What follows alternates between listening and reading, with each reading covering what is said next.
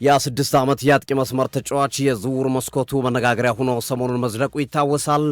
እንደሚታወቀው ባርሴሎና የአትሌቲኮ ማድሪድን ክብር ባልጠበቀ መንገድ ለተጫዋቹ ዝውውር የሄደበት ሂደት እጅግ በጣም አትሌቲኮ ማድሪዶችን ያበሳጨ ያናደደ ግፋ ሲልም ከዝውውሩ ጋር በተያዘ የዚህን ተጫዋች ዝውውር በፍጹም እንዲሆን የማይፈልግ ሆኗል። አትሌቲኮ ማድሪድ ውስጡን ሲወራው የነበረውን ነገር ትናንት አርጀንቲና እንግዲህ በሊዮኔል ሜሲ 2 ጎሎች ታግዛ ኦስትሪያን ካሸነፈችበት ጨዋታ በኋላ በሰጠው ጋዜጣዊ መግለጫ ላይ ይሄ ተጫዋች እንግዲህ የገለጸው ሐሳብ ያነሳቸው ንግግሮች እንደገና የዝውውሩ ጉዳይ እንዲግል የዝውውሩ ጉዳይ እንደገና ሌላ መነጋገሪያ ጉዳይ ሆኖ እንዲመጣ አድርጎታል። ከዚህ ቀደም የነበሩትን ነገሮች እናንሳ።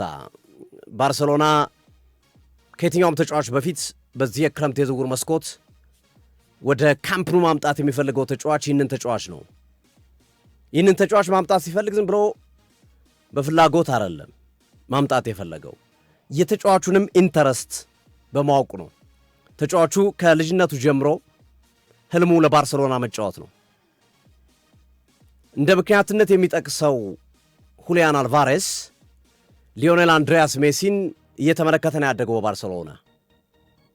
አንዱ ትልቁ ምክንያት ለባርሴሎና ፍቅር ያደረበት የአገሩ ልጅ የሚወደው የሚያደንቀው ሊዮኔል አንድሪያስ ሜሲ በባርሴሎና መጫወቱ ብዙ አርጀንቲናውያኖች ባርሴሎናን ይደግፋሉ። በነገራችን ላይ በጣም ብዙ አርጀንቲናውያኖች ዋነኛው ምክንያት ሜሲ ነው። ሜሲ በባርሴሎና ስለተጫወተ ነው። የሁሊያን አልቫሬዝም ከዚህ የዘለለ ምክንያት አይደለም፣ ወይም ከዚህ የዘለለ ነገር አይደለም። በቃ በልጅነቱ ባርሴሎናን እየተመለከተ አድርጓል። በባርሴሎና መጫወት ይፈልጋል። ዛት ዘ ፖይንት፣ ሌላ ነገር የለውም። ነገር ግን ባርሴሎና ተጫዋቹ ለማዛወር አትሌቲኮ ማድሪድን አፕሮች ያደረገበት መንገድ ዲስሪስፔክትፉል ነው።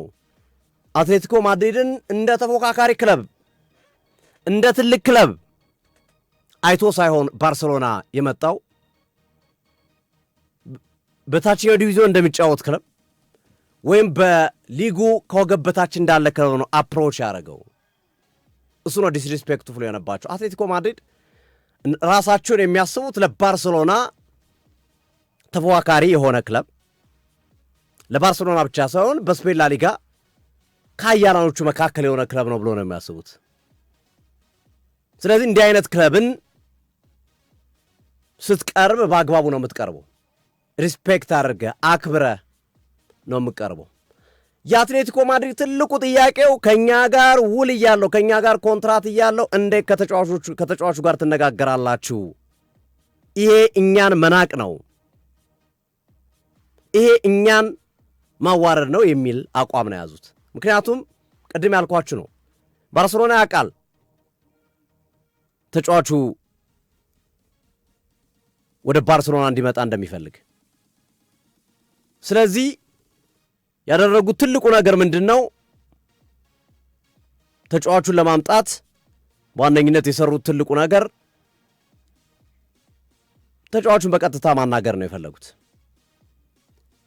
ይሄ ደግሞ በትልቁ ለዝውውሩ ሂደት አስቸጋሪ ነገር የፈጠረ ሆኖ እንመለከተዋለን።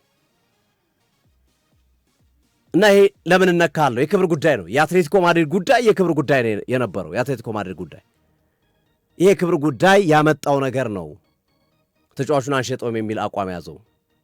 ደግመውታል። በነገራችን ላይ አትሌቲኮ ማድሪዶች ትናንት ሁሊያን አልቫሬዝም ከተናገረ በኋላ ደግመውታል።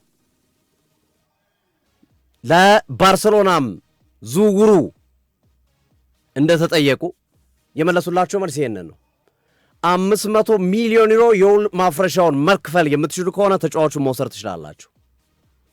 ያንን ማድረግ የማትችሉ ከሆነ ግን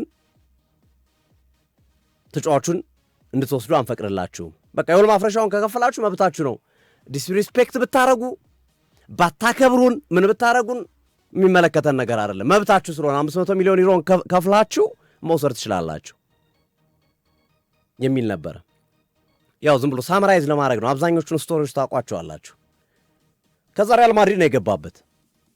ፍሎሬንቲኖ ፔሬዝ የምርጫ ቅስቀሳ በሚያደርጉበት ሰዓት ላይ ፍሎሬንቲኖ ፔሬዝ አንድ ተጫዋች ከምርጫ ከውድ ማግስት ማክሰኞ ቀን ለሆነ ተጫዋች 150 ሚሊዮን ዩሮ ጥያቄ አቀርባለሁ ጠብቁኝ አሉ። ዓለም መገናኛ ብዙሃኖች ተጨነቁ። ግማሹ ኦሊሴ ይላል፣ ግማሹ ራይስ ይላል፣ ግማሹ ኢንዞ ፈርናንዴዝ ይላል፣ ግማሹ ምናምን ይላል። ብዙ ነገሮች ተገመቱ። መጨረሻ ላይ ጁሊያን አልቫሬዝ በሁለቱ ነው የሚጠሩት። ሁሊያን አልቫሬዝ የሚሉታል፣ ጁሊያን አልቫሬዝ የሚሉታል። ስፔን ስለሚጫወት ግን ወደ ሁሊያን ይቀርባል። ሁሊያን አልቫሬዝ አርጀንቲናም ያው አብዛኛው ቋንቋቸው ከስፔን ጋር የተያዘ ስለሆነ ያንን መሰረት ባረገ መንገድ ይህ ተጫዋች እንግዲህ ማድሪድም ገባበት ማለት ነው። የማድሪድ ስትራቴጂካል ነበረ። በወቅቱም እንደነገርናችሁም የመገናኛ ብዙሃኖችን በስፋት እንደዘገቡት ስትራቴጂካል ነበረ። በነገራችን ላይ አድማጮቻችን ከዓለም ዋንጫው ጋር ተያይዞ በኋላ ላይ በስፋት ስለምንመጣ ነው። ሜሲንም ሮናልዶንም ዛሬ ሮናልዶ ይጫወታል፣ ትናንት ሜሲ ተጫውቷል። በኋላ ላይ እናነሳዋለን። ዓለም ዋንጫውን ለብቻ በኋላ ላይ ስለምናነሳው ነው። ሞር የዝውውር መረጃዎችን ነው በዚህ በቀን ፕሮግራማችን የምናደርገው። ቢሆንም ግን የፕሮግራማችን የመጨረሻዎቹ ደቂቃዎች ላይ ዓለም ዋንጫ ላይ ስለምናተኩር እዛ ላይ ስለ ሜሲም ስለ ሮናልዶም ስለ ዛሬው ጨዋታዎችም ስለ ትናንት ጨዋታዎችም ዳሰስ እናደርጋለን። ለዛ ነው ብዙዎች እየጠየቃችሁ ስላለ ነው። ሜሲ ሮናልዶ እያላችሁ ስለሆነ ነው። በኋላ ላይ እናነሳዋለን። የአልቫሬዝ ጉዳይ እንግዲህ ማድሪድ ስትራቴጂካሊ ነው የመጣበት። እንደምታስታውሱ እንደገለጽንላችሁ መገናኛ ብዙሃኖቹ መስፋት ሲዘግቡት እንደነበር አንደኛ ፍሎሬንቲኖ ፔሬዝ የት አለ 150 ሚሊዮን ዩሮ ብለው የጠየቁት እንዳይባሉ የጠየቁት ጥያቄ ነው። ሁለተኛው ደግሞ የተጫዋቹን ዋጋ በማስወደድ ባርሴሎና የገንዘብ ችግር እንዳለበት ያውቃሉ። ያንን መሰረት በማድረግ የባርሴሎናን የገንዘብ ችግር ከማወቅ ጋር ተያይዞ 150 ሚሊዮን ዩሮ ማድሪድ ሰጥቶ ለምን እናንተ በ100 ትሸጣላችሁ የሚል ጥያቄ አትሌቲኮ ማድሪድ ላይ እንዳይነሳ ባርሴሎና ደግሞ ተጫዋቹን እንዳያዘዋውር ሌላ ስትራቴጂ ነው። የሁለተኛው የፍሎሬንቲኖ ፔሬዝ ማጂክ ነው። ስለዚህ ያንን መሰረት ባደረገ መንገድ ማድሪድም ገብቶበት ነበርና በቃ ሲያወያይ ሲያጨቃጭቅ የቆየ የዝውውር ጉዳይ ነው። አድማጮቻችን ሲያጨቃጭቅ የቆየ ጉዳይ ነው። ግን ትናንት አፈረጠው። ሁሊያን አልቫሬዝ ከአርጀንቲናና አውስትሪያ ጨዋታ በኋላ ተናገረ። እኔ አሁን የምፈልገው ዝውውርና ዝውውር ብቻ ነው። ህልሜን መኖር እፈልጋለሁ። ቃል በቃል ነው የተናገረው። ህልሜን መኖር እፈልጋለሁ። ዝውውርና ዝውውሩን እፈልገዋለሁ። ለምወደው ክለብ መጫወት እፈልጋለሁ። ዓለም ይወቅልኝ ይላል። እንግዲህ ሁሊያን አልቫሬዝ ዓለም ይወቅልኝ ይህንን ጉዳይ። ክለብ አልጠራም። በነገራችን ላይ የተናገረው ነገር የለም። ግን ባይ ዲፎልት ይታወቃል። የሚፈልገው ባርሴሎና ነው። ሁሊያን አልቫሬዝ ፒኤስጂ ይፈልገዋል፣ አርሰናል ይፈልገዋል፣ ሌሎች ክለቦችም የዚህ ተጫዋች አድናቂዎች ፈላጊዎች አሉ። ሁሊያን አልቫሬዝ ግን ዋነኛ የተጫዋቹ ፍላጎት መሄድ የሚፈልገው ወደ ባርሴሎና ነው። ቅድም ባልኳችሁ ምክንያት ብዙዎቹ የአርጀንቲና ወጣት ተጫዋቾች፣ ወጣቶች፣ ታዳጊዎች የባርሴሎና ወዳጆች ናቸው። ሜሲ ኢንፍሉዌንስ ኦፍ ሜሲ የሜሲ ተጽዕኖ ነው አንዱ ሁሊያን አልቫሬዝ ላይ። ስለዚህ ባርሴሎናን እፈልጋለሁ፣ ወደ ባርሴሎና ልቀቁኝ ነው። የባርሴሎናና የአትሌቲኮ ማድሪድ ግንኙነት ደግሞ ተበላሽቷል። እንዳይጠገሩ ነው የተበላሸው። ከባድ ነው። አንደኛ ባርሴሎናዎች የመጡበት አመጣጥ፣ ሁለተኛ ደግሞ ሪያል ማድሪድ የሰጠው ቫሉዌሽን ከፍተኛ ገንዘብ 150 ሚሊዮን ዩሮ። በቃ አሁን ስታንዳርዱ ሁሊያን አልቫሬዝ 150 ሚሊዮን ዩሮ ነው ስታንዳርዱ። ባርሴሎና ያንን መክፈል ይችላሉ። ከየት አመጡ? ይከብደዋል ለባርሴሎና ካለበት የገንዘብ ችግር አንጻር። ምናልባት ከጁላይ ዋን በኋላ መጠነኛ ረፍት ያገኛል ተብሎ ይጠበቃል። ባርሴሎና መጠነኛ የገንዘብ ነፃነት የሚያገኝበት እድል ይኖራል። ግን እንደዛም ሆኖ 150 ሚሊዮን ዩሮ ለአንድ ተጫዋች አወጥቶ እንደገና ደሞዙን ችሎ ይህ ተጫዋች ፓኬጅ 5 ዓመት የ6 ዓመት እኮ በጣም ብዙ ነው። 300 ምናምን ይሆናል ፓኬጁ ማለት ነው። ተጫዋች ደሞዙ ከፍተኛ ደሞዝ ተከፋይ ነው የሚሆነው ሁሊያን አልቫሬዝ። ስለዚህ የቸገረ ነገር ነው የሆነው። የቸገረ ነገር የሁሊያን አልቫሬዝ ጉዳይ የቸገረ ነገር። እስኪ እናንተ ራሱ እንዴት ይህን ፓዝል ይህንን እንቆቅልሽ እንዴት አድርጋችሁ ትፈቱታላችሁ? አልቫሬዝ ባርሴሎናን ይፈልጋል። አትሌቲኮ ማድሪድ ደግሞ ለባርሴሎና አልሸጥም አለ። 500 ሚሊዮን ዩሮ አምጣ አለው። እንደው ሽተው ይቅር 500 ሚሊዮን ዩሮ ማድሪድ የሰጠውን 150 ሚሊዮን ዩሮ እንኳን ስጥ ቢለው ባርሴሎና ማቅረብ አይችልም። ግንኙነታቸው ደግሞ ተበላሽቷል። ጭራሽ ማውራት የማይፈልጉም አትሌቲኮ ማድሪዶች ውል ማፍረሻውን ከፍላችሁ እዛው ፌዴሬሽን ጨርሱ፣ ከኛ ጋርም ንግግር አይደለም፣ ገንዘቡን ታስገባላችሁ፣ ልጁን መውሰድ ትችላላችሁ። ምን አሉ ታዲያ አትሌቲኮ ማድሪዶች ይህንን ዜና እንደሰሙ? ትናንት ሁሊያን አልቫሬዝ ከተናገረ በኋላ ምን አሉ? ወዲያውኑ መልስ የሰጡት በቃ እኛ እኮ አንዴ የተናገርን እኮ 500 ሚሊዮን ዩሮ ያስገቡ ባርሴሎናዎች መውሰድ ይችላሉ፣ ከዛ ውጭ አይመለከተንም፣ የሚመለከተን ነገር የለም የሚል ነገር አስቀመጡ። በዚህ ሂደት ውስጥ ምን ተፈጠረ አድማጮቻችን? በዚህ ሂደት ውስጥ ማንም ሰው ሴንስ የሚያደርገው የእርስ በርስ ግጭት ተነስቷል። አንደኛ ባርሴሎናና አትሌቲኮ ማድሪድ ግጭት ውስጥ ገብቷል። በነገራችን ላይ አትሌቲኮ ማድሪድ ጉዳዩን ወደ የሚመለከታቸው የእግር ኳስ አካላት ለመውሰድ እየሰራ ነው። ወደ አውሮፓ እግር ኳስ ማህበር ጉዳዩን ለመውሰድ እየሰራ ነው። ወደ ፊፋ ለመውሰድ እየሰራ ነው። ምክንያቱም ተጨባጭ መረጃ አለው። አንድን ተጫዋች ካለክለቡ ክለብ ኮንትራት ውስጥ ያለ ተጫዋችን ካለክለቡ ፍቃድ በፍጹም ማናገር አይቻልም። በፍጹም።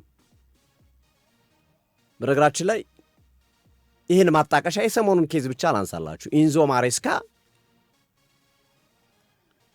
ከቼልሲ ጋር ተለያይቷል፣ ግን ቼልሲ ውል ማፍረሻ ገንዘብ ከፍሏቸዋል። ስለዚህ ከቼልሲ ጋር ውል ባለባቸው ሰዓት ላይ የሆነ ክለብ ፈልጓቸው ከመጣ የእርሳቸውን የውል ማፍረሻ ለቼልሲ መልሶ ነው መውሰድ የሚችለው። ማንቸስተር ሲቲዎች ግን ምን አረጉ? በቀጥታ ከኢንዞ ማሬስካ ጋር ተደራድረው ጨረሱ። አይደረግም። ኢንዞ ማሬስካ የቼልሲ ንብረት ናቸው ውል ማፍረሻቸው እስካለ ድረስ፣ የውል ማፍረሻ ገንዘብ እስከተከፈላቸው ድረስ ቀሪ 3 እና 4 ዓመት ኮንትራታቸው የቼልሲ ንብረት ናቸው። ቼልሲ አያሰለጥሩም፣ ቼልሲን ግልጋሎት አይሰጡም፣ ግን የቼልሲ ንብረት ናቸው። ስለዚህ ያ አፕሮች ማንቸስተር ሲቲ ያደረገው አፕሮች ቼልሲ መክሰስ ይችል ነበር፣ ከፍተኛ ገንዘብ መቀበል ይችል ነበር ከማንቸስተር ሲቲ። ግን ችግሩን በሰላማዊ መንገድ ልክ አይደላችሁም ተብሎ ተማመኑና ሲቲ ምን አረገ? 20 ሚሊዮን ዩሮ የውል ማፍረሻ ቼልሲ ለኢንዞ ማሬስካ የከፈለውን ገንዘብ ሲቲ ለቼልሲ ከፈለ። ችግራቸውን ፈቱ። ግን ቼልሲ ቢከስ እኮ ያውቀዋል ማንቸስተር ሲቲ እንደሚያስቀጠው። ግን እዛው ዝም ብለው በራሳቸው ፈቱት ተነጋግረው። ይሄኛው ግን መነጋገር የሚችሉ አይደሉም አትሌቲኮ ማድሪድና ባርሴሎና። በቃ ጉዳያቸው ከባድ ሆኗል። ስለዚህ ይሄ ነገር እየበረታባቸው ሲመጡ አትሌቲኮ ማድሪዶች ወደ ፊፋም ወደ ዩኤፋም ወደ አውሮፓ እግር ኳስ ማህበርም ይሄዳሉ። በዚህ መሃል ምን ይሆናል? ሁሊያን አልቫሬዝ ደስተኛ ሆኖ በአትሌቲኮ ማድሪድ ይጫወታል? አድማጮቻችን እናንተ ተጫዋች ብትሆኑ እንደምንመለከተው ከዚህ በፊት በነበሩት ታሪኮች ግልጽ ነው፣ አይጫወትም። በአትሌቲኮ ማድሪድ መጫወት አይፈልግም፣ ምንም ጥያቄ በሌለው መንገድ ማለት ነው። ስለዚህ ምን አማራጮች ሊኖሩ ይችላሉ? እዚህ ጋር ስማርት መሆን ያስፈልጋል። ስማርት የሆኑ ዲሲሽኖች ሊወሰኑ ይችላሉ። አንደኛ አትሌቲኮ ማድሪድ ቅድም በጠቀስኩት ምክንያት ለባርሰሎና ተጫዋቾችን የመሸጥ ሁኔታው አስቸጋሪ ሁኔታ ውስጥ ነው። እንግዲህ ምናልባት እንደ የአሌክዛንደር አይዛክና የኒውካስል ሁኔታ ታስታውሳላችሁ። ግን ያው ኒውካስል የሸጠበት ምክንያት ተጫዋቹ 2 ዓመት ኮንትራት ስለቀረው ነው። ሁሊያን አልቫሬዝ 4 ዓመት ኮንትራት አለው፣ ችግር የለበትም። ቀጣይ ዓመት ኮንትራቱ ያልቃል ምናምን የሚባል አይደለም። ተጫዋቹ አያሰጋውም፣ በነጻ ሄድብኛል ምናምን ብሎ አይሰጋም። አትሌቲኮ ማድሪድ ሊገግም ይችላል። አልሸጥም፣ በቃ 500 ሚሊዮን ዩሮ ይክፈሉ መውሰድ ይችላል። ከዛ በታች በሆነ ገንዘብ የፈለግ ገንዘብ ያምጡ፣ አልሸጥም ማለት ይችላል አትሌቲኮ ማድሪድ። ሁሊያን አልቫሬዝም በዚህ ስሜት ውስጥ ሆኖ ከአትሌቲኮ ማድሪዶች ጋር ከባድ ግጭት ውስጥ ሊገባ ይችላል። ስለዚህ ምንድናቸው መፍትሄዎቹ? ለሌላ ክለብ ተጫዋቹን መሸጥ። አልቫሬዝም ወደ ሌላ ክለብ ሂዶ የተወሰኑ ዓመታት ከሌላ ክለብ ጋር ቆይቶ ቀድሞ ተደራድሮ ድርድሩን ጨርሶ መሸጋገሪያ አድርጎ ወደ ባርሴሎና መምጣት ከ2 ዓመት ምናምን በኋላ። አሁን ባለው ሁኔታ ይሄኛው ነው ትልቁ በቃ የተሻለው መፍትሄ ነው። ሁሊያን አልቫሬዝ ወደ ሌላ ክለብ ወደ ፓሪስ ሰን ጀርመን ወይ ወደ አርሰናል ወይ ወደ ሌላ ክለብ ሂዶ ቀድሚያ ውሉ ላይ ሲዋዋል 2 ዓመት ብቻ ነው ከእናንተ ጋር የምጫወተው ብሎ እሱኑ ተዋውሎ ከዛ ወደ ሌላ ክለብ መሄድ ይችላል። ሁለተኛው አማራጭ ሊሆን የሚችለው አትሌቲኮ ማድሪድ አለቀውም ይላል፣ ቁጭ አድርገዋል። አትሌቲኮ ማድሪድ ተቀያሪ ወንበር ላይ ቁጭ አድርጎ ወይም ኦቨር ቤንች አድርጎ ሊያበሰብሰው ይችላል። ብዙ ጊዜ በእንደዚህ አይነት መንገድ እልህ የተጋቡ ተጫዋች እንደዚሁ ነው ስለተመለከትናቸው። ሶስተኛው አማራጭ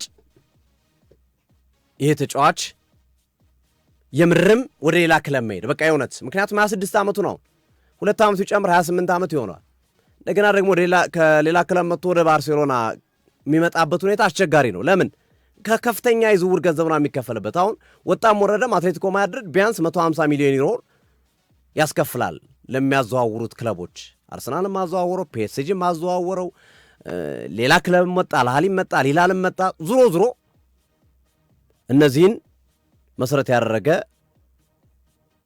ዝውውሮች ወይም ሁኔታዎች ይፈጠራሉ ጁሊያን አልቫሬዝ እጁ ላይ ያሉት አማራጮች እነዚህ ናቸው አንዱ አትሌቲኮ ማድሪድ ከፈቀደ እሱ አይሆንም በጣም በቃ ይሄ የመሆን እድሉ በጠቀስኳችሁ ሁኔታ ተወሳስቧል ሁለተኛው አማራጭ በሌላ ክለብ ዙሮ ወደ ባርሴሎና መምጣት ሶስተኛው አማራጭ አትሌቲኮ ማድሪዶች አንለቅም ብለው ስላናደዱት ከናንተ ጋር አልጫወትም ግን ሌላ ክለብ እጅ ጫወታለሁ ብሎ ሊመጣ የሚችልበት እድል ይኖራል እነዚህ የሁሊያን አልቫሬዝ የዝውውር ጉዳይ ያምናው የኒውካስል ዝውውር ማለት ነው በቃ ራሱ ልዩነቱ ያና ይሄ ምንድነው ኒውካስል ጊዜ አልነበረውም ተጫዋቹን አንድ አመት ቢያቆየው ዋጋው ወርዶ በነፃ ሁሉ ሊለቀው ይችላል ስለዚህ ገንዘብ መቃወር ስላለበት አድርጎታል አትሌቲኮ ማድሪድ ግን ገና ብዙ አመት ኮንትራት ስላለው ተጫዋቹ የዛ አይነት ነገር የለውም ሪላክስ አድርጎ ቀጣይ አመት መሸጥ ይችላል 3 አመት ሲቀረው ቢያንስ ተጫዋቹ ስለዚህ ይሄ ነገር እንግዲህ በጣም የተወሳሰበና የጓጓውለት ዝውውር መስኮት ሲጠናቀቅ ድረስ የጓጓውለት ዝውውር ነው በኔ እምነት በኔ በኩል እንዴት ይሆናል እንዴት መፍትሄው በምን መንገድ ይጠናቀቃል ከሶስቱ አንዱ ይሆናል ወይ አትሌቲኮ ማድሪድ እጅ ይሰጣል ግን እሱ የመሆን ፕሮባቢሊቲው በጣም ዝቅተኛ ነው በፐርሰንት ከ5-10% የዘለቀ አይደለም ወይ እነሱን ለማናደር በቃ ለቃቁን ይወጣለው ነገር ግን ሌላ ክለብ እጅ ይጫወታሉ ፍቀዱልኝ ብሎ ሊወጣ ይችላል ሶስተኛው አማራጭ በሌላ ክለብ ዙሮ ወደ ባርሴሎና መሄድ አንድ አመት 2 አመት ቆይቶ ብዙ ተጫዋቾች እንደሚያደርጉት እነዚህ ሁኔታዎች በክረምቱ ይጠበቃሉ አትሌቲኮ ማድሪዶች ግን ሁሊያን አልቫሬዝ ልቀቁኝ እንዳለ ትናንት ምሽት ላይ ሐሳቡን እንዳስቀመጠ ህልሜ ልኑርበት ልዘዋወርበት እንዳለ ሃንድ ኦፍ አርሰናል ታማኙ የመረጃ ምንጭ እንደገለጸው ከሆነ ሰሞኑን ሲዘዋወር የነበረውና የታብሎይድ ወሬዎች ናቸው ያልኛም ስጠቅስላችሁ የነበረውን ጉዳይ ታማኙና ከአርሰናል ጋር በጣም ቅርበት ያለው አብዛኞቹ መረጃዎች ይሄ የመገናኛ ብዙሃን የሚያወጣቸው መረጃዎች በብዛት እውነትነታቸው የቀረበ ነው ከክለቡ ጋር በጣም ቁርኝቱ ላቅ ያለ ገጽ ነው እና ሃንድ ኦፍ አርሰናል እንደዘገበው ከሆነ እውነት ነው ብሏል አትሌቲኮ ማድሪድ ስለ ዮኬሬሽ መጠየቅ ጀምሯል ስለ ዮኬሬሽ መረጃዎቹ መሰብሰብ ጀምሯል ከአርሰናል ደውሎ እንዴት ነው ዮኬሬሽ ያለበት ሁኔታ የሚለውን ነገር አንድሪያ ቤርታ ደግሞ በአትሌቲኮ ማድሪድ ለረጅም ጊዜ ሰሩ ስለሆነ ጓዳ ጎድጓዳውን ስለሚያውቁት እርሳቸው ደግሞ የሆነ ቀዳዳ እየፈለጉለት ነው ለዚህ ዝውውር የሚሉ መረጃዎች እየወጡ ናቸው እንግዲህ እነዚህ መረጃዎች ናቸው በነገራችን ላይ የተረጋገጡ ነገሮች አይደሉም የተረጋገጠው ነገር ሁሊያን አልቫሬዝ አዲሱ ነገር ልቀቁኝ ማለቱ በቃ አልፈልግም አትሌቲኮ ማድሪድን ህልሜ ልኑርበት ነው ያለው ቃል በቃል ህልሜ ልኑርበት እንዴ ነው ያላችሁ ህልሜ ልኑርበት ልቀቁኝ የኔ በቃ አሁን አምሮ ላይ ያለው ብቸኛው ነገር ዝውውር ብቻ ነው መዘዋወር ነው የምፈልገው ከአትሌቲኮ ማድሪድ መልቀቅ ነው የምፈልገው የሚል አቋም ነው ያለው ይሄ እውነታ ነው የባርሴሎና አትሌቲኮ ማድሪድ ግጭት እውነታ ነው ነገር ግን አትሌቲኮ ማድሪድ የኮሬሽን እና ገንዘብ ጠይቋል የሚሉት መረጃዎች ግን እውነትም ሊሆን ይችላል ሃንድ ኦፍ አርሰናል ግን ታማኝነት ያለው ምንጭ ስለሆነ ለአርሰናል ይሄንን ዘገባ መዘገቡ ይሄ ነገር ወደ እውነትነት የቀረበ ሊያስብለው ይችላል አትሌቲኮ ማድሪድ ምንም ጥያቄ ነው 9 ቁጥር አጥቂ ያስፈልጋቸዋል በጣም ይፈልጋሉ አጥብቀው እንኳን ሁሊያን አልቫሬዝ ወጥቶ ሳይወጣም የኮሬሽን እኮ ረጅም ዓመታት ተከታትለውታል አርሰናል ወሰደባቸው እንጂ አምናኮ ወደ አትሌቲኮ ማድሪድ ለማምጣት ያልፈነቀሉት ድንጋይ አልነበረም ስለዚህ በምን መንገድ ይጠናቀቃል ይሄ ዝውውር አጓጊ ነው የክረምቱ ያምናው የአሌክዛንደር አይዛክ ዝውውር ቅድም በተጠቀስኳቸው መንገዶች ሁለቱ ዝውውሮች ይለያያሉ እንጂ ንግግሮቹ ልቀቁኝ ማለቱ ግጭቱ እንዲያውም በንጽጽር ኒውካስልና ሊቨርፑል ክለብ ውስጥ ላይ ግጭት አልነበረም ሁለቱ ነገሮች ሲናሪዮውን ወይም ሁኔታውን ይቀይሩታል በኒውካስልና በሊቨርፑል መካከል ግጭት አልነበረም በአትሌቲኮ ማድሪድና በባርሴሎና መካከል ግን ግጭት አለ ተጫዋቹ ብዙ ዓመት ኮንትራት አለው ሁሊያን አልቫሬስ አሌኮ አስሮሽን ጊዜ አልነበራቸውም። እነዚህ ነገሮች አስገድደዋቸው ሊሆን ይችላል። አብረን እንመለከታለን። እንግዲህ አልቫሬዝ በምን መንገድ ይጠናቀቃል የሚለው በጣም በጉጉት የሚጠበቅ ጉዳይ ሆኗል ማለት ነው። አድማጭ ተመልካዮቻችን እንመለሳለን። ስንመለስ ማቲያስ ፈርናንዴዝና ሊቨርፑል እናነሳለን። ሌላ ደግሞ አዲስ ክለብ